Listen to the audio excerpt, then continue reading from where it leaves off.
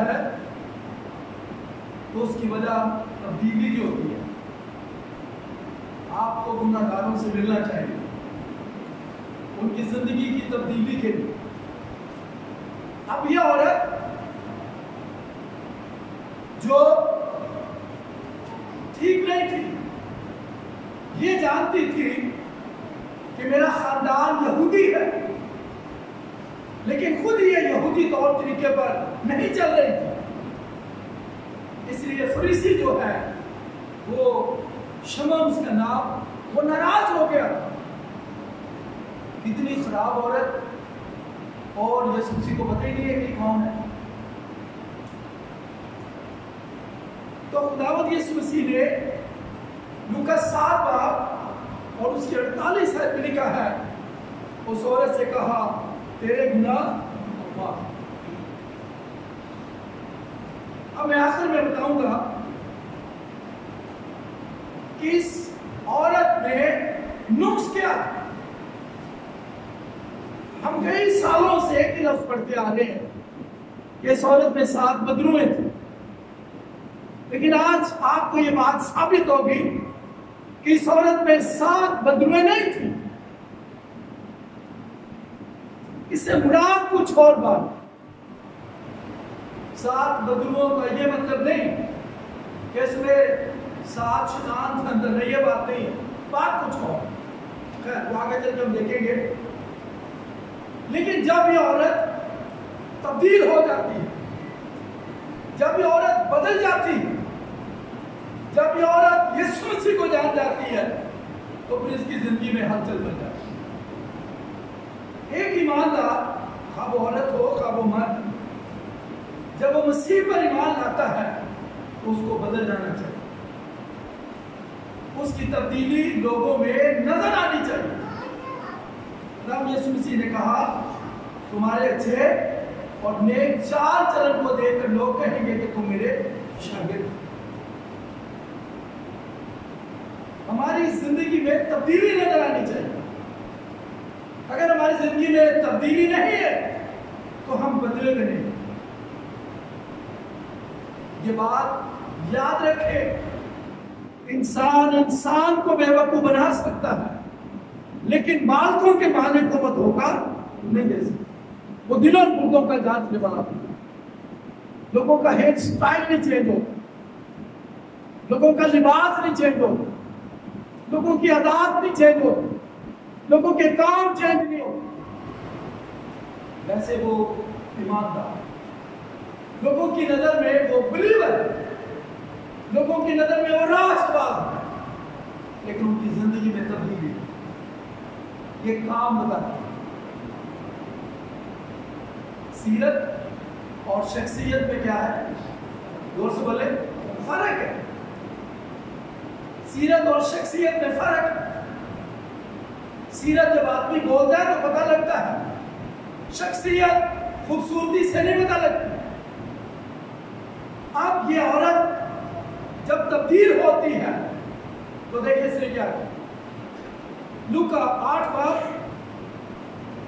اور اس کی 2 سے 3 آیت میں لکھا ہے، عورتوں کی دعائیاں گروپ میں شامل ہو جاتی ہیں. جب میں آخر میں اس عورت کے بارے میں بتاؤں گا تو آپ حیران ہو جائیں گے کہ کس طرح سے اس عورت کی زندگی نے ہلچل بجائی. اسے تبدیلی کہتے ہیں. یہ گناہ معاف جب اس کے ہوئے تو یہ عورتوں کے دعائیاں گروپ میں شامل ہوئی. جب دعائیاں دن ہو اس میں عورتوں کو شامل ہونا چاہیے. جو عورت دعا سے بھاگتی ہے وہ تبدیل نہیں، وہ تبدیل شدہ نہیں ہے، کیونکہ دعا ایک ایسا ایک ہتھیار ہے جو آپ کو خدا تک اور ابلیس سے بچائے. ابلیس کبھی آپ کو نقصان نہیں پہنچا سکتا اگر آپ کی زندگی میں ہو.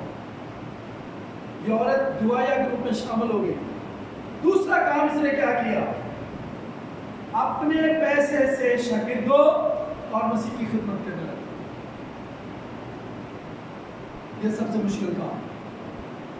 پولس رومیوں کے خط میں لکھتے ہیں پیسہ خرچ کرنے سے پتہ لگتا ہے ہماری محبت کس کے ہے. پیسہ ثابت کریں آپ کس کو پیار کریں. تو یہ عورت تبدیل ہونے کے بعد عورتوں میں دعائیہ جو عورت اس میں مل گئی اور اپنے پیسے سے مسیح کی خدمت کرنے لگ پڑی. یہ آخر میں پتہ لگے گا پیسے سے خدمت کیوں کرتی. دوسری بات لوکا 10 باب اور اس کی 39 آیت میں لکھا ہے دنیاوی کاموں میں سے نکل آئے اور کلام پر توجہ دینا شروع کر دیا. کئی دفعہ ہم عبادت میں بیٹھے ہوئے موبائل پہ میسج کر رہے ہوتے ہیں. کئی دفعہ بیٹھے ہوئے موبائل میں پروگرام دیکھ رہے ہوتے ہیں. کئی بال بنا رہے ہوتے ہیں. کئی دوسرے سے باتیں کر رہے ہوتے ہیں. کئی سوئے ہوتے ہیں. کئی ٹائم کی طرف دیکھ رہے ہوتے ہیں. لیکن جس شخص میں تبدیلی آ جائے وہ کلام توجہ سے سنے. مریم مگدلینی جو ہے یہ کلام سننا شروع کر دیتی. پہلے نہیں سنتی تھی. پہلے یہ کلام نہیں سنتی تھی. جب آپ اس کی زندگی کے واقعات سنیں گے تو آپ کہیں گے کیا بات ہے. خدا یسوع مسیح نے ایسے نہیں کہا تھا کہ جہاں بھی منادی ہوگی اس عورت کا ذکر کیا جائے. یہ بڑی امپورٹنٹ عورت ہے.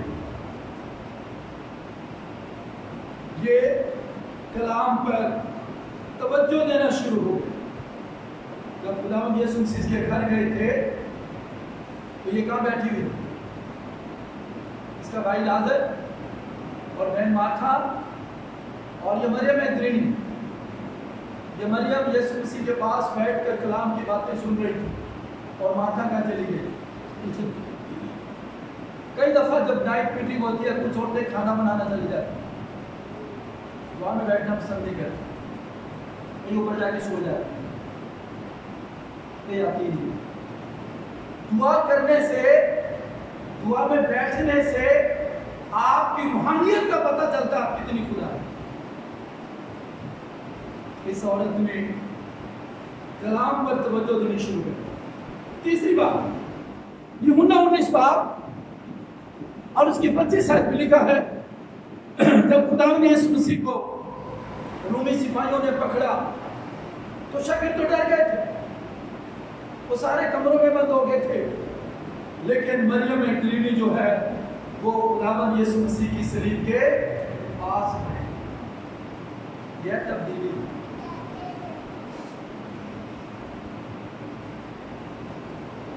مسیح کے پاس کھڑی ہے. یہ خداوند یسوع مسیح صلیب پر ہے. یوحنا ہے, مقدسہ مریم ہے اور مریم مگدلینی صلیب کے پاس ہے. یہ تبدیلی ہے. ہم نے جب سے قبول کیا ہے کیا مسیح کے پاس ہیں یا دور کی جگہ؟ یہ مسیح کی صلیب کے پاس ہے. یوحنا 21 کی پہلی ہے. یوحنا لکھتا ہے کہ اکیلی قبر پہ چلی گئی. یہ اکیلی چلی گئی قبر پر. یہ لگاؤ کی بات ہے. یہ تعلق کی بات ہے. یہ خدا سے پیار کی بات ہے. وہ اکیلی آ گئی. لوگ عبادت میں آنا گرمیوں میں پسند نہیں کرتے. دھوپ ہو تو ان کا ہو. پرانے عہد میں دیکھے کوئی بسیں نہیں تھی, کوئی کاریں نہیں تھی, کوئی موٹر سائیکلیں نہیں تھی. خچروں پر پیدل لوگ جایا کرتے تھے. یہ حقیقی لگاؤ. آج کچھ آگے کچھ گھر میں رہ گئے. یہ آپ کی روحانیت کی عکاسی کرتی ہے. آپ کتنا خدا کو پیار کرتے ہیں, آپ کتنا خدا کے ساتھ اٹیچ ہیں, آپ کی زندگی میں کتنی تبدیلی. یہ اکیلی چلی جس کو پتا تھا. یوحنا 20 کی 2 میں لکھا ہے جب قبر پہ گئی اسے دیکھا پتھر ہٹا ہوا ہے.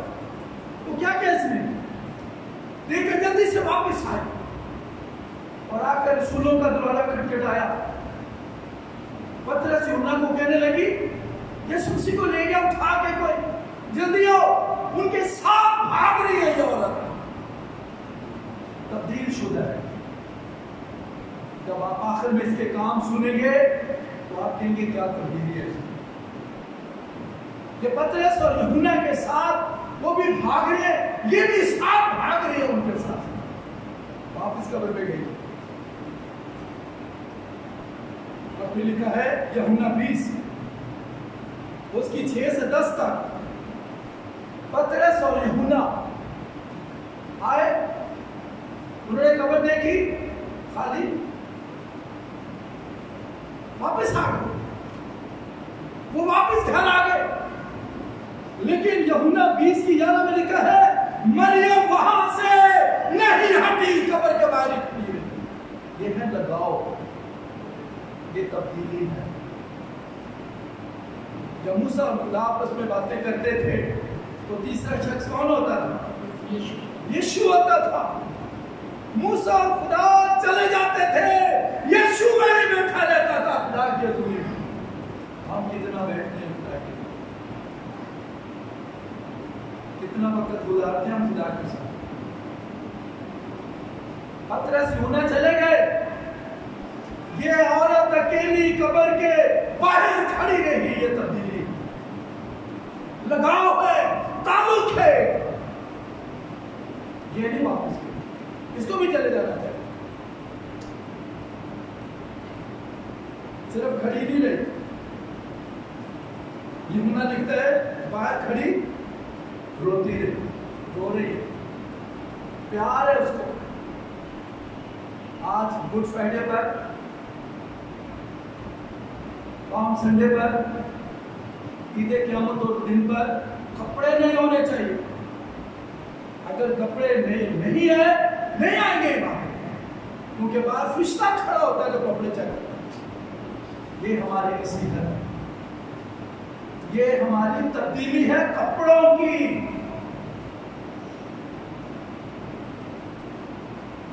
مریم مگدلینی جو ہے وہ باہر قبر کے کھڑی ہو رہی ہے، لیکن شاکر چلے گی۔ ہوا کیا؟ یوحنا 20 کی 16 میں لکھا ہے خداوند یسوع مسیح نے اپنے آپ کو اس پر کیا کیا؟ اگر آپ یہ چاہتے ہیں کہ یسوع مسیح اپنے آپ کو آپ پر ظاہر کرے، کھڑا رہے اس کے پاس، بیٹھ جائے اس کے قدموں میں، دعا مانگے، وہ اپنے آپ کو آپ پر ظاہر کرے۔ مقدسہ مریم پر، مریم مگدلینی پر یسوع مسیح نے اپنے آپ کو کیا کیا؟ پھر واپس آتی ہے۔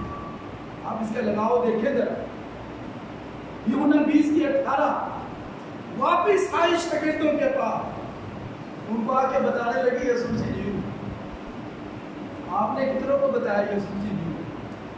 ہمیں تو شاید خود کو نہیں پتا، کیونکہ خود اس وقت پتا لگے گا جب تبدیلی ہوتے ہیں۔ اندر کا انسان مر جائے گا، پھر تبدیلی ہے۔ واپس آئی اور آ کے پھر رسولوں کو اٹھایا، کہنے لگی یسوع مسیح جی اٹھے، اس نے مجھ سے کیا کی ہے؟ اب خداوند یسوع مسیح جب آسمان پہ اٹھائے گئے، یہ کہاں چلے گئے؟ رسولہ کے بعد پہلا باب اور اس کی 13 آیت لکھا ہے رسولوں کے ساتھ، دعائی عورتوں کے ساتھ مل کر دعا میں کیا ہو گئے؟ مشغول۔ یہ عورت شخصی طور سے دعا نہیں کرتی، وہ اپنے بچوں کی برکت کا باعث نہیں کرتی۔ آپ کی زندگی کی تبدیلی دعائیا زندگی، دعائیا زندگی جو ہے یہ بتائیں گے آپ کس کے اندر۔ اب دیکھیں یہ عورت جب تبدیل ہوئی، بدل گئی، اسے پیچھے مڑ کے نہیں دیکھا۔ کیوں نہیں دیکھا؟ وہ آخر میں دیکھا۔ اب ایک شخص پہ بات کریں، یہ شخص عام آدمی نہیں ہے۔ متی 4 باب اس کی 18 سے 20 میں خدا نے اسی جھیل کے کنارے گئے اور 2 بھائیوں کو دیکھا۔ کیا نام تھا؟ کیا نام تھا؟ زور سے بولے، کیا نام تھا؟